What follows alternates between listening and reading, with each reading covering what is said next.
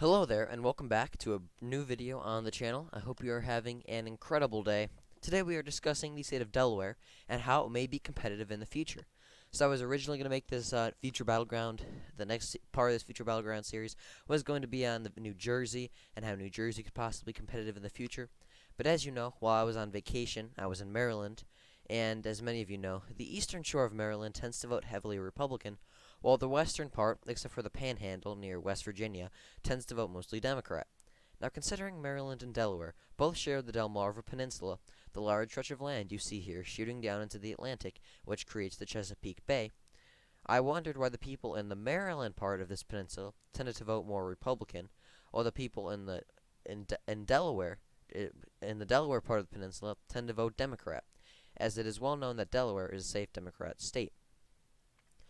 It's a safe Democrat state because Joe Biden is from there, and Delaware is part of the Blue Wall in the Northeast. Well, upon doing more research, I discovered there is a lot more to Delaware than the election mafia will tell you. Now, first off, how many of you know how Delaware voted in 2016? I mean, obviously went Democrat, but by how much? Well, similar to Rhode Island, Delaware swung heavily for Donald Trump. Donald Trump only lost Delaware by 11.3%. That's barely a safe margin if you're a cool member of the election community, or a likely margin if you're not a cool member of the election community and use 5 to 10 is likely. As a matter of fact, Delaware was closer than Rhode Island, a state that I fully expect to be a battleground. I expected Rhode Island, but I did not expect Delaware. As you saw, Delaware swung 10 points to the right as Obama won the state by roughly 20 points. And if you look at vote totals, Delaware went to Obama in 2012 by 77,100 votes. In 2016, Hillary Clinton won Delaware by 50,476 votes. That's a pretty big swing, especially for a small state. That makes roughly 37,000 Obama-Trump voters. Now, after the swing to the right, you may be wondering what happened in 2020. Obviously, Biden carried it, but was it any closer? Well, the answer, simply put, as you can see, is no. Biden won Delaware by a similar margin to Obama in 2012. Now, you may think this is not a good sign for Republicans, but there is a silver lining, and it comes in the demographics of Delaware when you look closer. For starters, Delaware has about 970,000 people, less than Rhode Island. Roughly 70% of Delaware is white, while 22% is black. Delaware has the seventh most black people in the country. This may seem like a bad sign for the future of Delaware in terms of the Republicans' point of view, but remember, Mississippi has the most black people, and it is a safe red state. Race is not everything. Now, this is where it gets interesting. Looking at the education of Delaware, only 32% of the population has a bachelor degree or higher. This is a great sign for Republicans and the fact that Delaware may possibly be competitive, as it is as similar to Rhode Island and Maine. Populist economics are the future of the Republican Party. And there is even more good news.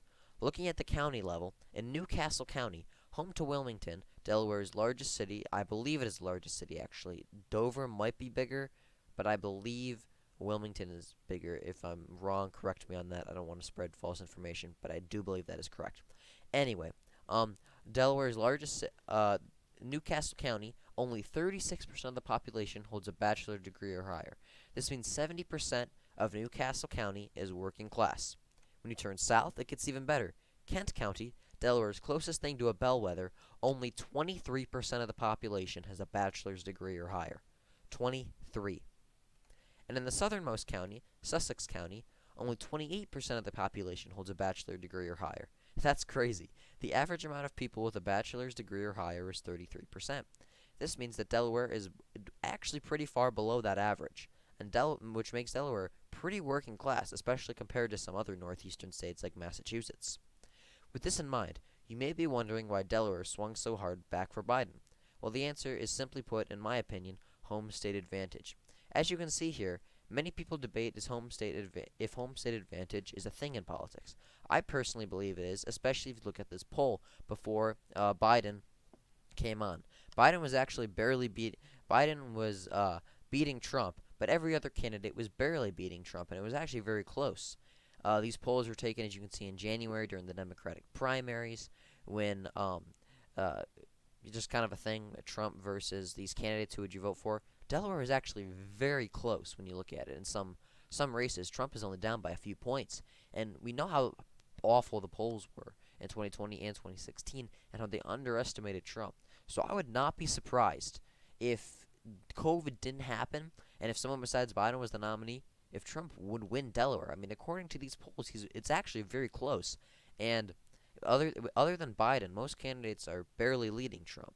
And well, granted, I this isn't I did not expect this at all. This is incredible to look at. So this leads me to believe that Joe Biden's home state advantage is the one thing keeping Delaware from getting closer. The 2020 results were kind of a fluke. So in conclusion, Delaware is as of now a blue state. However, once Biden retires from politics and if the Republicans continue to get more populist, I could definitely see the state becoming more competitive. I'd say in 2024, without Biden on the ticket, it'll be about D plus 12, and it will slowly get more competitive every year. If Biden's on the ticket, I'd say he wins it by 18, 19 points. Pretty much the exact same as 2020, but maybe a point more red. And with that, I hope you enjoyed today's video, and I thank you for watching, and I will see you in the next one.